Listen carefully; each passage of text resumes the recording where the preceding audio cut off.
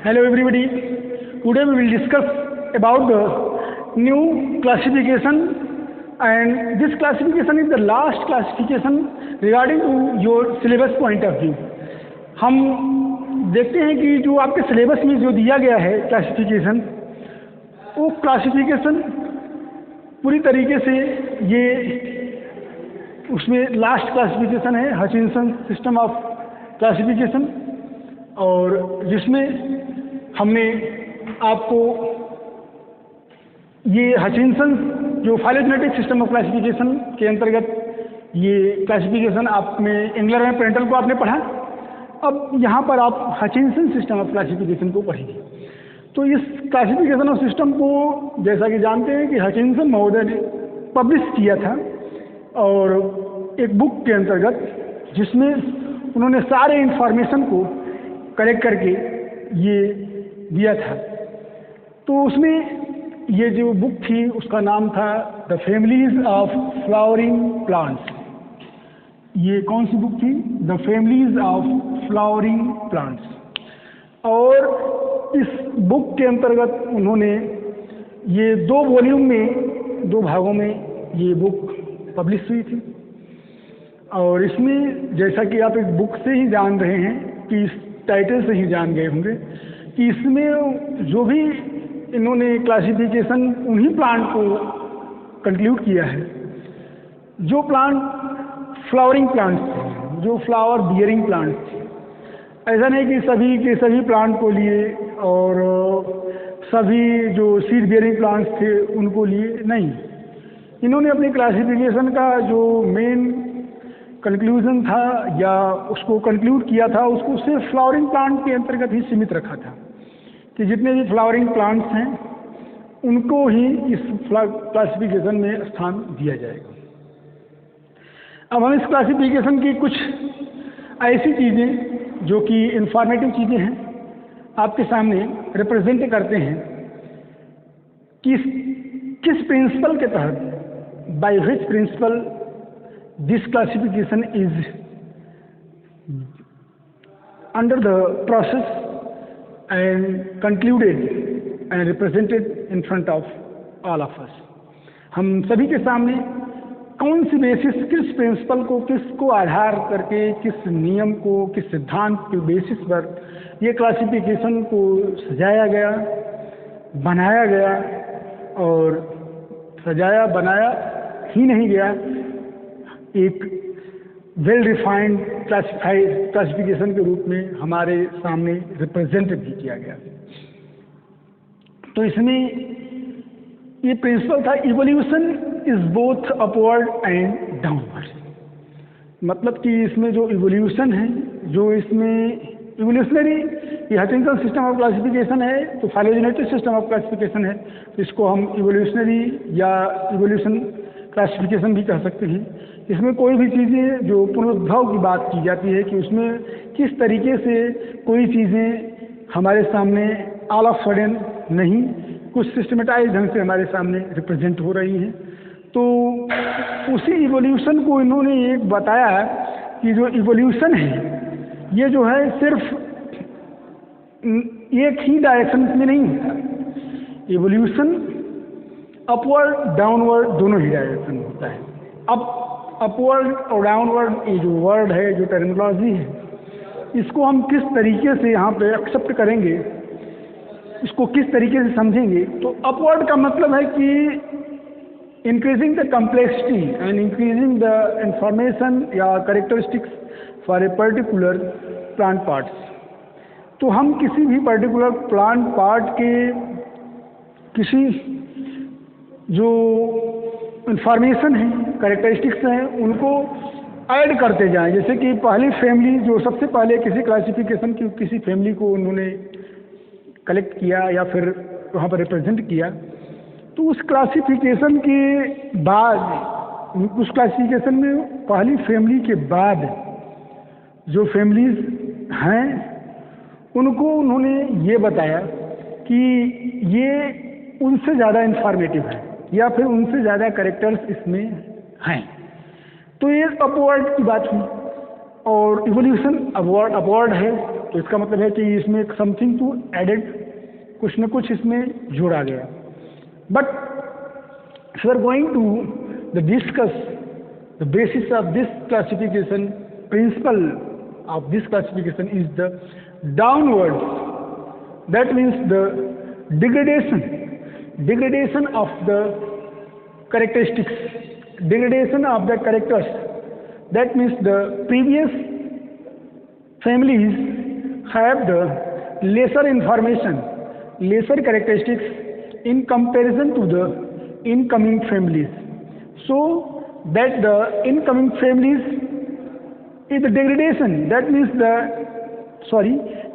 the previous families have the greater information in comparison to the incoming families।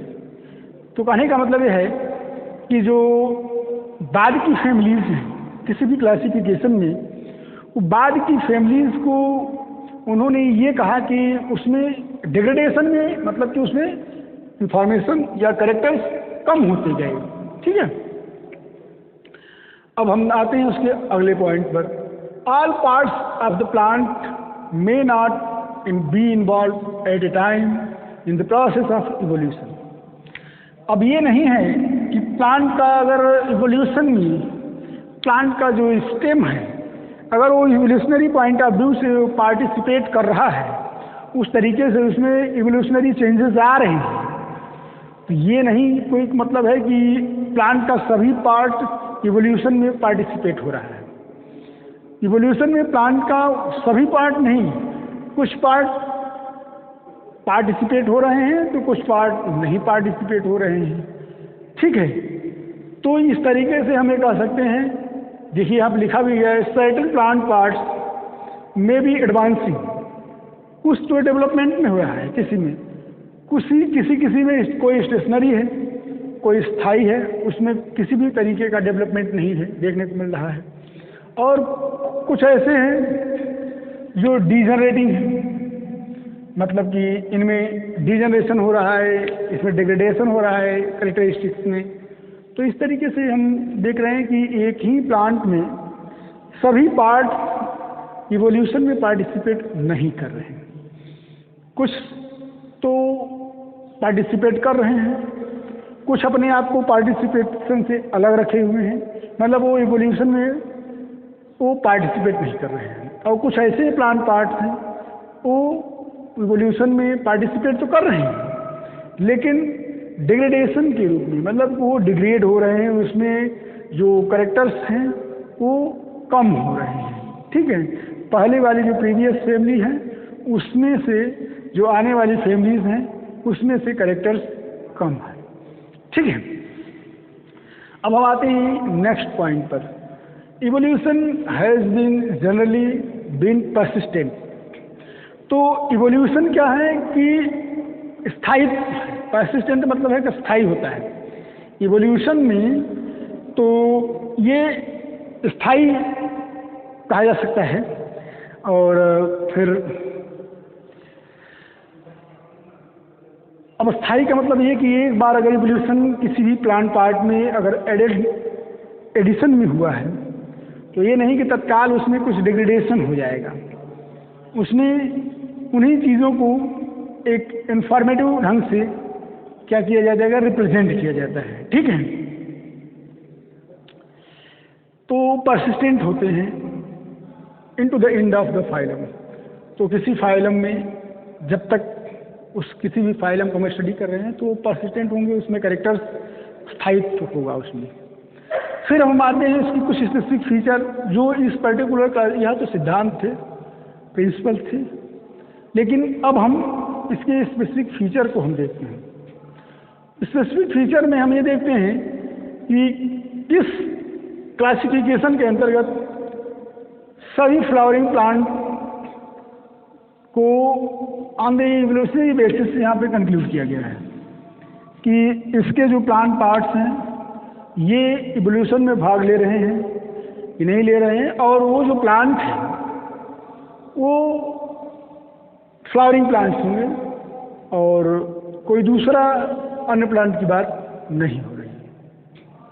ठीक है, अब हम देखते हैं अगला पॉइंट जो स्पेसिफिक फीचर के अंतर्गत आता है कि angiosperms were considered monophyletic in origin from hypothetical प्रोएंजियोस्पर्म्स।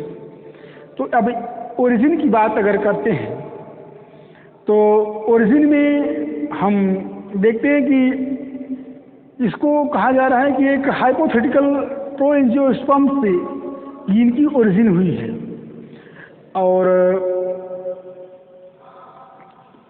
Hypothetical का मतलब है कि इसमें एक अभिधारणात्मक कोई बातें जिसको प्रिज्यूम्ड किया गया है, अज्यूम किया गया है, उनके बेसिस पर ये स्पेसिफिक फीचर पर ये सिस्टम ऑफ क्लासिफिकेशन की जो चीज़ें हैं, कैरेक्टर्स हैं, उनको हम देखते हैं।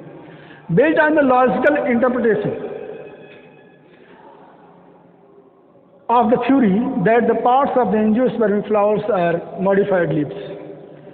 तो इसमें जो थ्योरी है जिसके बेसिस पर ये क्लासिफिकेशन दिया गया है, तो उस थ्योरी के बेसिस पर, उसी के बेसिस पर ये क्लासिफिकेशन में जो थ्योरी है इसको बेस मान करके ये क्लासिफिकेशन माना गया। तो उसमें ये कहा गया कि जो फ्लावर्स होते हैं, जो फ्लावरिंग प्लांट की बात है, तो हम फ्लावरिंग प्लांट को पढ़ रहे हैं, तो इसका मतलब है कि हमको फ्लावर को पढ़ना ही है। तो इसमें आपको ये flowers not only the all of sudden the evolutionary point of view but also the modified leaves, एक लीव्स के मॉडिफाइड पार्ट हैं ये flowers are nothing but a modified parts of the leaves. अब हम इसके कुछ और इंफॉर्मेशन को देखते हैं, स्पेसिफिक फीचर को। It led the emphasis on the old view arborescent and herbaceous type. इसमें अर्बोरेसेंट एंड हर्बेसियस टाइप के जो प्लांट हैं उनको बेसिस मान करके यहाँ पर इनकी क्लासिफिकेशन को सजाया गया है, गढ़ा गया है, बनाया गया है। डाइकाट डिवाइड तो देखेंगे अभी आगे के क्लासिफिकेशन के इसके पार्ट में हम देखेंगे कि जो डाइकाट है उसको किस तरीके से दो भागों में डिवाइड किया गया है, लिग्नोसी एंड हर्बेसी। अब एपिडेलस families have been divided into Magnolian and, जो एपिडेलस फैमिलीज हैं उनको पार्टली या तो मैग्नोलियन ऑर्डर से रिलेटेड है या तो फिर ये रेनेलियन ऑर्डर, मतलब वो दोनों ही भागों से, या नहीं मतलब पार्शियली वहाँ से पार्शियली यहाँ से। तो इस तरीके से एपिटेलस फ्लावर्स को हम देखे हैं। फिर अब हम यहाँ पर देखते हैं कि क्लासिफिकेशन किस तरीके से इसको दिया गया है, उस क्लासिफिकेशन को थोड़ा सा यहाँ पे हम देखेंगे। अब क्लासिफिकेशन में जैसा कि आपने यहाँ तक जो भी हमने आपको बताया है उसमें जो किस बेसिस को मान करके इसमें इंफॉर्मेशन है, the flower the families of the flowering plant, जो बुक है 2 वॉल्यूम की बुक है, उस बुक को आपको ये जानना होगा कि किसके द्वारा लिखी गई है। ये हचिंसन द्वारा लिखी गई है, तो इसमें आप कन्फ्यूज मत होइएगा। और दूसरी बात ये कि इसमें जो प्रिंसिपल्स हैं उनमें आपको देखे होंगे कि कुछ इवोल्यूशनरी पॉइंट ऑफ व्यू से कि कुछ डाउनवर्ड कुछ अपवर्ड जो कैरेक्टर्स हैं उनको यहाँ पर किया गया है, और कुछ इंफॉर्मेशन ऐसे हैं जिसमें तो कुछ स्टेशनरी है, परसिस्टेंट हैं कुछ कैरेक्टर्स। अब हम हचिंसन की क्लासिफिकेशन को यहाँ पर देखते हैं। तो सबसे पहले देखते हैं कि फ्लावरिंग प्लांट्स के बारे में ही उन्होंने दिया था क्लासिफिकेशन।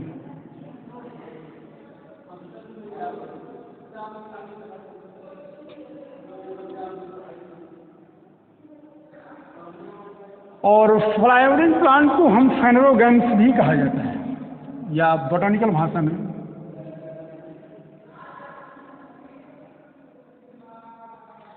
ठीक है, अब इन्हीं को उन्होंने क्लासिफिकेशन इसी का दिया है।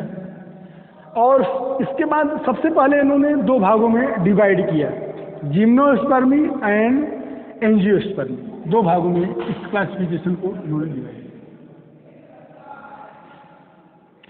अब जिम्नोस्पर्मी को हम यहाँ एक तरफ इसलिए लिख दे रहे हैं कि इसका यहाँ पर बहुत ज़्यादा रेलिवेंस नहीं है, यहाँ पे बहुत ज़्यादा हम उसके बारे में लिखेंगे भी नहीं, यहाँ क्लासिफिकेशन भी उसका नहीं करना है, इसको यहीं से जिम्नोस्पर्मी।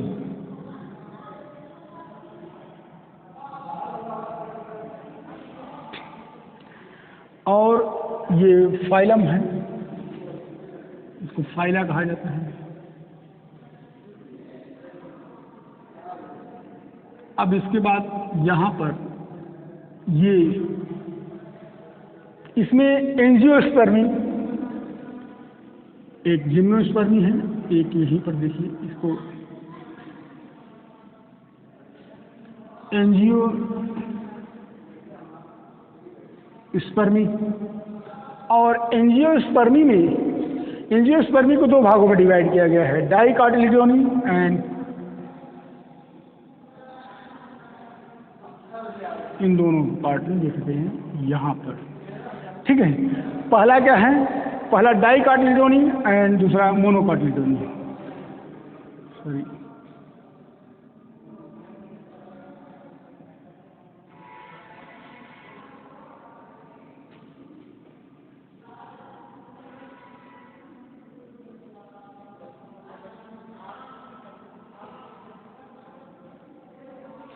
अब डाइकोटिलेडोनी को कितने भागों में डिवाइड किया गया है, दो भागों में, ध्यान दीजिएगा। यहाँ से फिर हम यहाँ पे दो भागों में इसको डिवाइड कर देते हैं।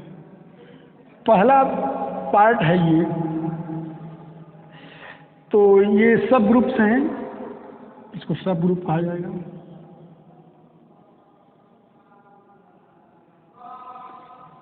तो दो सब ग्रुप्स में डिवाइड किया गया है, पहला है लिग्नोसी और दूसरा है हर्बेसी। ठीक है, लिग्नोसी एंड हर्बेसी। अब इनको भी फर्दर डिवाइड किया गया है, इसको 54 आर्डर्स में एंड द 246 फैमिलीज।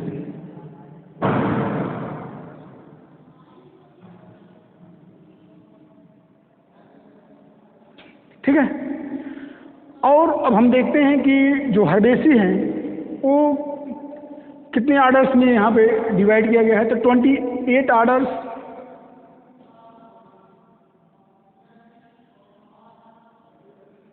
और ये 96 फैमिलीज हैं।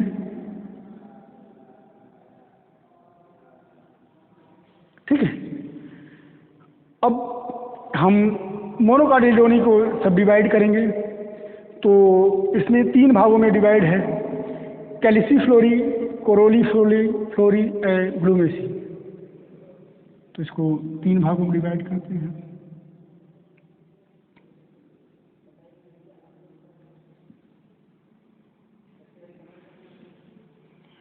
कैल्सिफ्लोरी and the next is the coroliflory,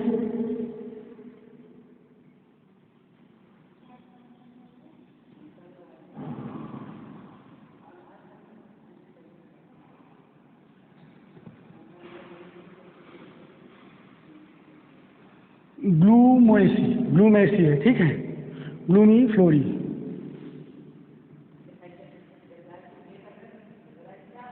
अब देखेंगे कि इनमें से कितने आर्डर्स में कौन डिवाइड हुआ है।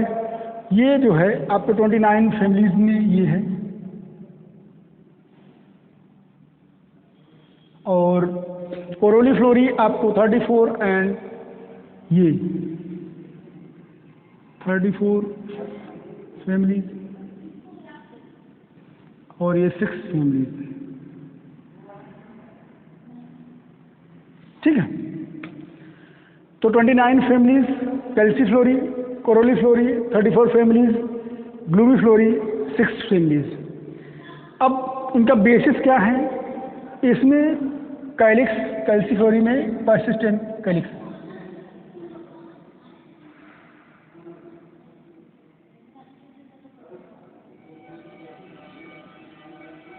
ठीक इस तरीके से कुछ इंफॉर्मेटिव चीज़ें हैं जिस पर आपको ध्यान देना है। अब पिटेल वाइड पेरियंथ इसमें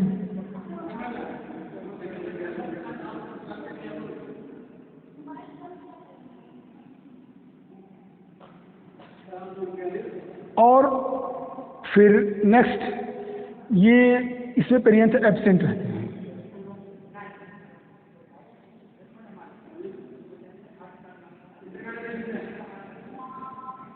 ठीक है,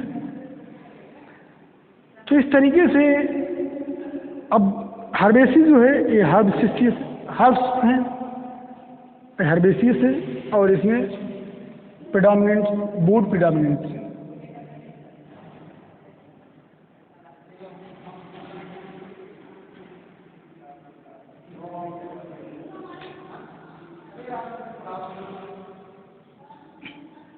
हर्बेसियस में हर्बेसी है, मतलब किसमें हर्बेसियस प्लांट होंगे।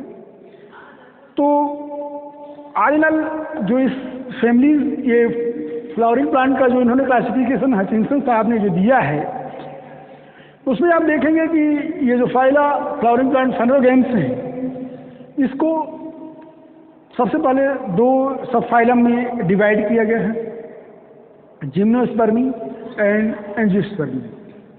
अब जिम्नोस्पर्मी में क्या क्या चीज़ें आती हैं हम उसको देखेंगे, लेकिन जिम्नोस्पर्मी को हमको यहाँ पे नहीं पढ़ना है। हमको पढ़ना किसको है, हमको पढ़ना है एंजियोस्पर्मी, क्योंकि यहाँ पे जो क्लासिफिकेशन का जो बेस है ये फ्लावरिंग प्लांट पर ही बेस्ड है। ठीक है, तो इसके बेसिस पर हम इस क्लासिफिकेशन को यहाँ पे दिए हैं। अब एंजियोस्पर्मी को दो भागों में डिवाइड किया गया है, डाइकाटिलिडोनी एंड मोनोकाटिलिडोनी।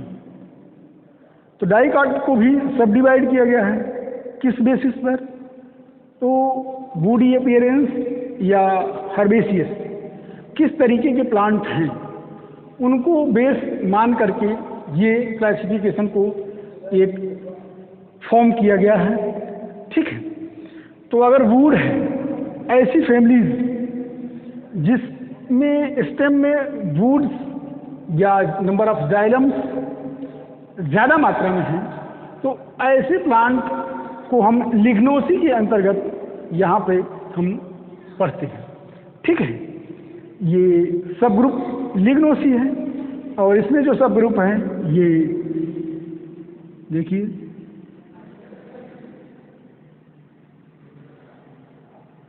ठीक है।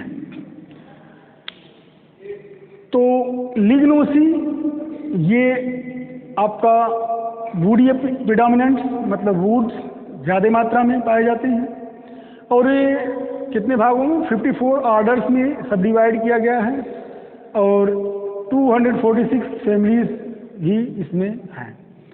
फिर हर्बेसी को अगर देखते हैं, ये हर्बेसियस प्लांट इसमें मतलब हर्ब्स और जिसमें कि जाइलम की संख्या कम होती है। अगर हम एनाटॉमिकल इंफॉर्मेशन को यहाँ पे कलेक्ट करते हैं तो जाइलम की संख्या कम है, तो जाहिर सी बात है कि ये बहुत ही सॉफ्ट होते हैं प्लांट, इनको इसलिए हर्बेसियस के रूप में या हर्बेरियम में भी ज़्यादातर इसको ऐसे प्लांट को हम कलेक्ट करते हैं।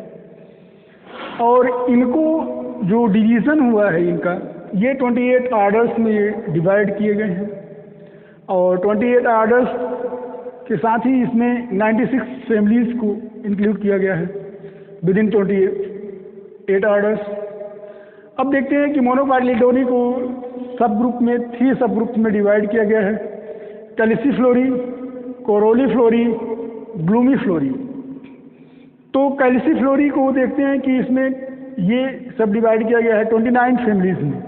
इसमें कैल्सिफ्लोरी में 29 फैमिलीज़ हैं।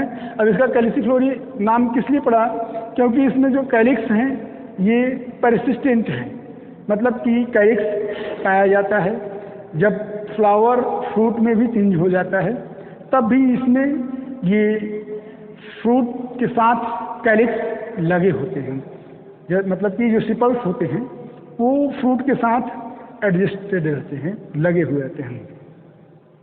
फिर अब हम इसके दूसरे सब ग्रुप को कोरोलीफ्लोरी को देखते हैं। यहाँ 34 फैमिलीज़ में डिवाइड किया गया है और 34 फैमिलीज में मतलब एपिटल वाइड पेरियंथ, पेरेंट्स के बेसिस पर ही ये सारे के सारे इंफॉर्मेशन दिए गए हैं। इस सभी ग्रुप्स को सब डिवाइड किया गया है।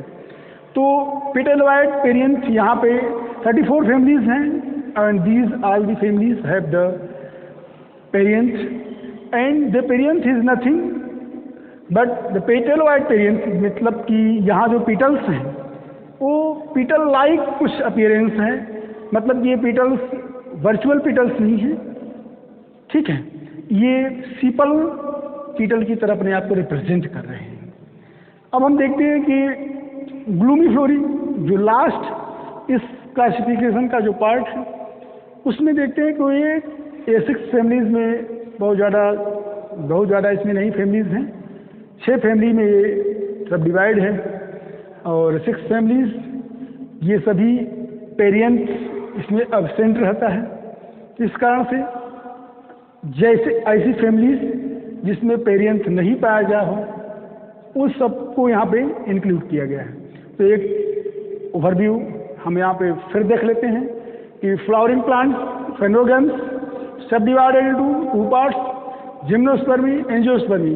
Totally only the flowering plant को हम यहाँ पे पढ़ रहे हैं, इसलिए जिम्नोस्पर्मी को हमने यहाँ पे क्या किया, यहाँ से हमने अलग कर दिया, हमने उस पर ज़्यादा सब डिविजन्स या क्लासेस को हमने यहाँ पे स्टडी नहीं किया गया है हचिनसन महोदय द्वारा, और एंजियोस्पर्मी पर ज़्यादा फोकस किया गया। तो एंजियोस्पर्मी को सब डिवाइड किया गया है डाइकोटिलीडोनी एंड मोनोकोटिलीडोनी, और डाइकोटिलीडोनी को भी देखते हैं आगे जो लिग्नोसी एंड हर्बेसी के रूप में यहाँ पे रिप्रेजेंट किया गया है। अब मोनोकोटिलीडोनी को सब ग्रुप में 3 सब ग्रुप में डिवाइड किया गया, कैल्सीफ्लोरी, कोरोलीफ्लोरी एंड ग्लूमीफ्लोरी। तो इन सब को देखते हुए अब हम सारे के सारे इसकी इंफॉर्मेशन, स्पेसिफिक फीचर्स, प्रिंसिपल्स या फिर जो भी इनके एक आलेरल जो इसका एक खाका था इस क्लासिफिकेशन का हम आपको सामने रिप्रेजेंट किए। अब हम इसके कुछ जो मेरिट्स डिमेरिट्स हैं उसको हम पढ़ेंगे। तो इसका एक स्क्रीनशॉट आप ले लीजिए, इसके बाद हम अगला जो हमारा पॉइंट होगा वो मेरिट और डिमेरिट पर फोकस होगा, ठीक है। Now let's move to the next point of the Hutchinson system of classification. तो हम इस पॉइंट को यहाँ पे स्टडी करते हैं कि हचिनसन सिस्टम ऑफ क्लासिफिकेशन की जो मेरिट थी उस मेरिट के बारे में देखते हैं कि मेरिट क्या थी उसकी और कुछ डिमेरिट। तो सबसे पहले हम इसकी मेरिट को देख लेते हैं कि इसमें क्या क्या खामी मतलब अच्छाइयाँ थी, पॉजिटिविटी क्या थी जिसको लेकर के ये एक क्लासिफिकेशन बनाया गया और इसकी यूटिलिटी क्या थी। तो सबसे पहले इसकी मेरिट ये थी कि families and orders in this system, families and orders are the small size. तो ऐसा नहीं कि बहुत ज़्यादा फैमिलीज को कंक्लूड किया गया विद इन ऑर्डर, बहुत ही लिमिटेड फैमिलीज को कंक्लूड किया गया और बहुत स्मॉल साइज की फैमिलीज हैं जिसमें प्लांट भी बहुत लिमिटेड प्लांट को कंक्लूड किया गया। तो ये small size families and order को स्मॉल साइज में किया गया और कंप्राइजेज ओनली क्लोजली। जाहिर सी बात है कि जब जो साइज या छोटी है मतलब नंबर ऑफ प्लांट्स किसी फैमिलीज में कम है तो वो ज़्यादा क्लोजली रिलेटेड होंगे। अगर पड़ोसी से भाई दायरा बड़ा नहीं है तो पड़ोसी जो छोटे छोटे हैं तो उसमें क्लब भाई जाहिर से आप यहाँ पे देख लीजिए, अगर ये बड़े बड़े हैं तो उसमें कंक्लूजन उतना नहीं है जितना कि अभी छोटे छोटे इसमें सब डिवीजन है तो इसमें ज़्यादा घनापन दिखाई दे रहा है। तो इसलिए जो क्लोजली रिलेटेड जो टैक्सा हैं वो इसके क्लब टुगेदर हैं और मतलब कि क्लोजली रिलेटेड टैक्सा को इसमें इंफॉर्मेशन को पढ़ने में यहाँ सहूलियत है, उनसे उनके कैरेक्टरिस्टिक्स को यहाँ पे ज़्यादा अच्छे ढंग से ज़्यादा सहूलियत के साथ यहाँ पे देखा जा सकता है, इसमें कंक्लूड किया जा सके जिससे कि सभी के सभी जो प्लांट हैं उनको ज़्यादा से ज़्यादा इंफॉर्मेटिव ढंग से, या उनसे अफिनिटीज़ जो अपनी उसकी पड़ोसी जो फैमिली है या पड़ोसी जो ऑर्डर्स है उसमें उनकी अफिनिटी या फिर उनके इंटर रिलेशनशिप्स को अच्छे ढंग से हम देख सकते हैं, उनको कंपेरेटिवली अध्ययन कर सकते हैं। अब यहाँ पर देखते हैं कि जो रेनल्ड्स एंड मैग्नोलियस, ये जो फैमिली जो ऑर्डर्स हैं, ये डाइकॉट में इनको दोनों को एज ए प्रिमिटिव ऑर्डर के रूप में एक्सेप्ट किया गया है। तो डाइकॉट को अगर हम देखेंगे तो यहाँ पर देखो लिग्नोसी हर्बेसी में डिवाइड किया गया है, सब डिवीजन हुआ है, लेकिन अगर मेरिट की बात की जाए तो यहाँ पर इसमें दोनों ही फैमिलीज को, चाहे आप रेनल्ड्स ऑर्डर और मैग्नोलियस को, इसको सबसे प्रिमिटिव मतलब सबसे शुरुआत में ही लिग्नोसी का ही पार्ट इसको माना गया है और उसको शुरुआत में ही इसको इसके सारे कैरेक्टर्स को भी स्टडी किया गया है और इस क्लासिफिकेशन के अंतर्गत दिया गया है। Now the next point that is the monocot follows dicot.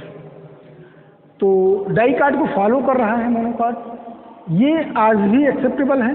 जैसा कि आप अगर Bentham and Hooker classification system को आपने देखा होगा तो आपने देखा होगा कि डाइकॉट, उसके बाद बीच में उन्होंने अननेसेसरी कोई ज़रूरत नहीं थी, जिम्नोस्पर्म को वहाँ पे प्लेस किया और उसके बाद मोनोकॉट को स्थान दिया गया। तो वहाँ पर भी जो मोनोकॉट था वो डाइकॉट को फॉलो ही कर रहा था। तो इस तरीके से जो उस बेंथम एंड हुकर क्लासिफिकेशन में जो इन्फॉर्मेशन थे उसको कहीं न कहीं से इसको कह सकते हैं कि हचिंसन महोदय ने यहाँ पर कुछ न कुछ उसको फॉलो अप किया और वहाँ पर उसको कुछ प्रेफरेंस दिया। तो यहाँ पर उन्होंने भी अपनी क्लासिफिकेशन में जो मोनोकॉट को डाइकॉट को फॉलो कराया। ये एक इस क्लासिफिकेशन का पॉजिटिव पॉइंट है, मेरिट है, इसकी अच्छाई है। तो इस तरीके से आज भी जो क्लासिफिकेशन है most acceptable classification Bentham and Hooker है, उसमें भी आप देख रहे हैं कि यही चीज़ें फॉलो अप की गई हैं। फिर next point, the origin of angiosperms from pro angiosperms had Bennettitalean characters. तो अभी एंजियोस्पर्म जो ओरिजिन के बारे में बात कर रहे हैं, तो ओरिजिन कैसे है, जैसे कि आपने देखा होगा बेंथम एंड हुकर ने ओरिजिन के बारे में, प्लांट के ओरिजिन के बारे में, एंजियोस्पर्म के ओरिजिन के बारे में उन्होंने कुछ बातें नहीं की। उन्होंने सिर्फ डायरेक्ट मॉर्फोलॉजी के पॉइंट ऑफ व्यू से उसको, उनके कैरेक्टर्स को देख करके दिया था। यहाँ पर उन्होंने क्या किया कि ओरिजिन को एक प्रो एंजियोस्पर्म कुछ प्लांट हैं जो कि जिम्नोस्पर्म से कनेक्टिंग लिंक्स रखते हैं और उसमें से बेनेटियल टाइप के ये कैरेक्टर्स हैं जो कि जिससे हम एंजियोस्पर्म की ओरिजिन को हम कंसीडर करते हैं। Now let's move to the next point of the merit, that is the monophyletic origin of the monocots from dicots. तो ऐसा नहीं है कि जो मोनोकॉट डाइकॉट की ओरिजिन है कोई अलग अलग से नहीं, बस एक ही किसी एक ही पूर्वज से, एंसेस्टर से, किसी प्लांट से इनको कंक्लूड किया गया है। तो एलॉन्ग द ब्यूटमेसी एंड एलिसमेसी, इसमें आप ब्यूटमेसी को भी देख सकते हैं, एलिसमेसी को भी देख सकते हैं। इन सबको कंक्लूड करते हुए हर्बेसी से इन्होंने मोनोकॉट और डाइकॉट को ओरिजिन की मानी।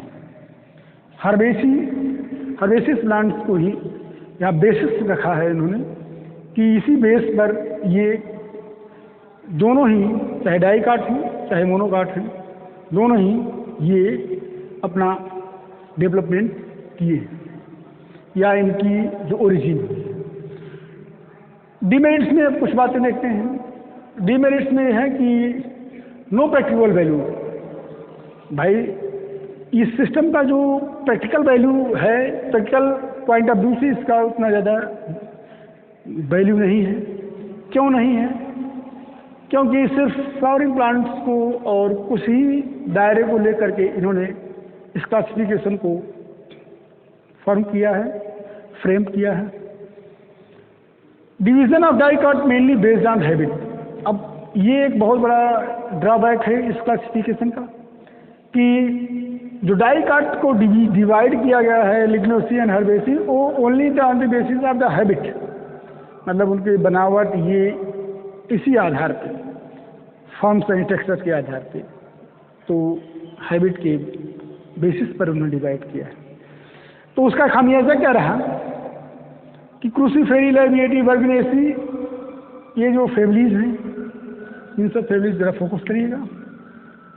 क्रूसीफेरी, लैबिएटी ये तुलसी फैमिली है, क्रूसीफेरी सरसों फैमिली है, वर्गनेसी है, ये सभी बहुत क्लोजली रिलेटेड फैमिलीज हैं। तो क्लोजली रिलेटेड फैमिलीज हैं जैसा कि आप बेंथम एंड हुकर क्लासिफिकेशन में देखेंगे, लेकिन यहाँ पर इसका ये ड्रॉबैक है कि सारी की सारी फैमिलीज को ये सब बहुत दूर दूर अपने आप को प्लेस पाती हैं। ठीक है, फिर यहाँ पर कुछ कमियाँ और हैं, शॉर्ट कमिंग्स, डीमेरिट्स में आप ये देखेंगे कि the members of the Liliatae, Liliaceae and Amaryllidaceae Cryptogaceae, ये दोनों ही भले ही मोनोकाट से रिलेटेड हैं, लेकिन इनमें बहुत सारी चीज़ें बाइफरकेट करती हैं, डिफ्रेंशिएट करती हैं, अलग है। तो उनको अलग होने के कारण ये सब को अलग अलग ढंग से पढ़ा जाता है, लेकिन इसी बेसिस के आधार पर हर्बेसी है कि लिग्नोसी है और मोनोकाटिलिडोनी में किस तरीके से हम देखते हैं कि किस तरीके से लिलिएसी, एमराल्डिएसी जो है ये on the basis of habit they are club together and how club together, मतलब कि एक साथ उनको बेसिस ऑफ हैबिट के बेस पर एक साथ उसमें पढ़ने के लिए यहाँ पे इन्होंने इस क्लासिफिकेशन में उसको फ्रेम किया गया, वहाँ पे प्लेस दिया। ये भी एक ड्रॉबैक है। अब एक कंक्लूजन में कहा जा सकता है कि although Hutchinson system has not been followed widely, मतलब ये जो हचिंसन का सिस्टम है क्लासिफिकेशन, ये बहुत ज़्यादा all over the countries, all over the globally कह सकते हैं कि ये बहुत जगह पे, खास करके जो एशियन कंट्रीज़ हैं वहाँ पे ये उतना कंक्लूडेड नहीं है, उतना इनको प्रिसाइज ढंग से उतना प्रेफरेंस नहीं मिलता है जितना कि बेंथम एंड हुकर क्लासिफिकेशन को मिला है। लेकिन फिर भी येट इट हैज़ प्रोवाइडेड, इसने क्या दिया बेसिस, कैसा बेसिस, लेटर फाइलोजेनेटिक सिस्टम, जो बाद के जो फाइलोजेनेटिक सिस्टम्स हैं उनके लिए एक आधार तय किया। और वो सिस्टम कौन कौन से हैं? Ostwald, Tippo, Cronquist and Takhtajan. इन सभी क्लासिफिकेशंस के लिए एक ये आधार के रूप में काम किया और उसमें आधार के रूप में उसी बेसिस पर ये जो सिस्टम, आगे के जो भी सिस्टम है उसको उन्होंने फ्रेम या उसी बेस पर फाइलोजेनेटिक सिस्टम ऑफ क्लासिफिकेशन सभी के सभी कंक्लूड किए गए। तो अगर एक कंक्लूजन के रूप में सारी के सारे पहले एक ओवरव्यू, आप पहले इसको एक स्क्रीनशॉट ले लीजिए और इसमें से हम एक एक पॉइंट को एक बार और रिकॉल करा देते हैं कि families and orders are of small size, comprises closely related texture. तो स्मॉल साइज में जो क्या है कि फैमिलीज और ऑर्डर्स हैं जो स्मॉल साइज में हैं, इसलिए जो क्लोजली रिलेटेड जो टेक्सा हैं वो क्या है कि वो क्लब टुगेदर है, ज़्यादा क्लोजली रिलेटेड हैं। जो टेक्सा हैं वो ज़्यादा पास हैं, उनसे जो इंटर रिलेशनशिप या अफिनिटीज़ हैं वो ज़्यादा अच्छे ढंग से देखी जा सकती हैं। और रेनल्स मैग्नोलियस को प्राइमेटिव डाइकाट के रूप में दोनों को स्थान दिया गया है, ये एक मेरिट है। मोनोकाट डाइकाट को फॉलो कर रहा है, ये भी एक फैमिली, एक मेरिट। ओरिजिन ऑफ जो एंजियोस्पर्म की ओरिजिन को जिसको कि बेंथम एंड हुकर महोदय ने स्किप कर दिया था, उस पॉइंट को इन्होंने स्थान दिया और बताया कि ये प्रो एंजियोस्पर्म्स जो कि बेनेटियल्स कैरेक्टर्स रखते हैं, उन्हीं से इस एंजियोस्पर्म की ओरिजिन हुई है। और मोनोकाट फ्रॉम डाइकाट, तो मोनोफाइलेटिक ओरिजिन, मतलब कि इस तरीके से एक संगत सतत, मतलब यहाँ पर डाइकाट है, यहाँ पर मोनोकाट है, और डाइकाट में भी हर्बेसी। तो हर्बेसियस से ही मोनोकाट लिग्नोसी, डाइकाट में लिग्नोसी, लिग्नोसी से हर्बेसी और हर्बेसी से आपको मोनोकाट। तो मोनोकाट में आपको जो भी तीनों ही जो क्लासेस हैं, आप उन तीनों क्लासेस को देख सकते हैं कि कौन कौन से तीनों क्लास हैं, जो जैसा कि हमने इस क्लासिफिकेशन में आपको पहले ही बता दिया है। तो उसमें तीनों क्लासेस में आपको कैल्सीफ्लोरी, कोरोलीफ्लोरी एंड ग्लूमीफ्लोरी। तो एक मोनोफाइलेटिक ओरिजिन है, मतलब कि सभी के सभी जो प्लांट्स हैं वो एक वर्टिकल इवोल्यूशन या वर्टिकल क्लास इवोल्यूशन के रूप में ये अपने आप को एडजस्ट करते हैं। वर्टिकली मतलब कि सबसे पहले लिग्नोसी है, लिग्नोसी से फिर वहाँ पे कुछ इवोल्यूशन या फिर कुछ म्यूटेशंस हुए, तो फिर वो उसमें डिवाइड हुआ। क्या कहते हैं कि लिग्नोसी है तो हर्बेसी में डिवाइड हुआ, और हर्बेसी फिर आपका जा करके मोनोकाट को डिवाइड करता है। ठीक है, तो इस तरीके से यहाँ पर कुछ डिमेरिट है, प्रैक्टिकल वैल्यू नहीं है इसकी। फिर इसको डिवीजन ऑफ डाइकाट सिर्फ हाइब्रिड के बेस पर, सिर्फ स्वभाव उसके बनावट के फॉर्म्स एंड टेक्सचर के बेस पर इस तरीके से पूरे जो क्लोजली रिलेटेड फैमिलीज हैं ये तीनों क्रूसीफेरी, लेबिएटी, बर्बिनेसी, ये बहुत ही दूर दूर तक इस क्लासिफिकेशन में अपना स्थान पा सके।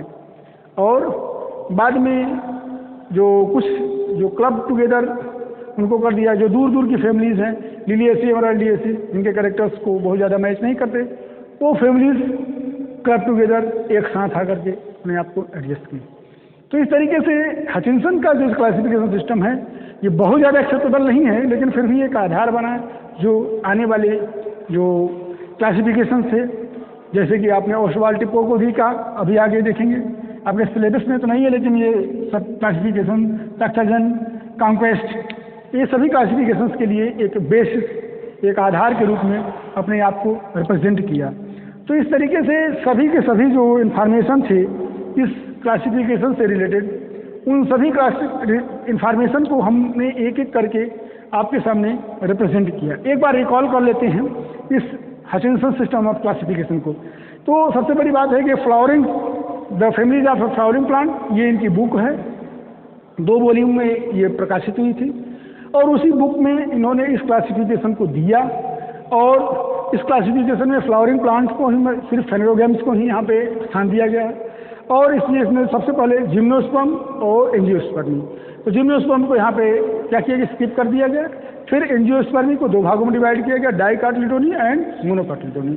और फिर डाइकार्टिलिडोनी को 2 भागों में डिवाइड किया गया, लिग्नोसी एंड हर्बेसी।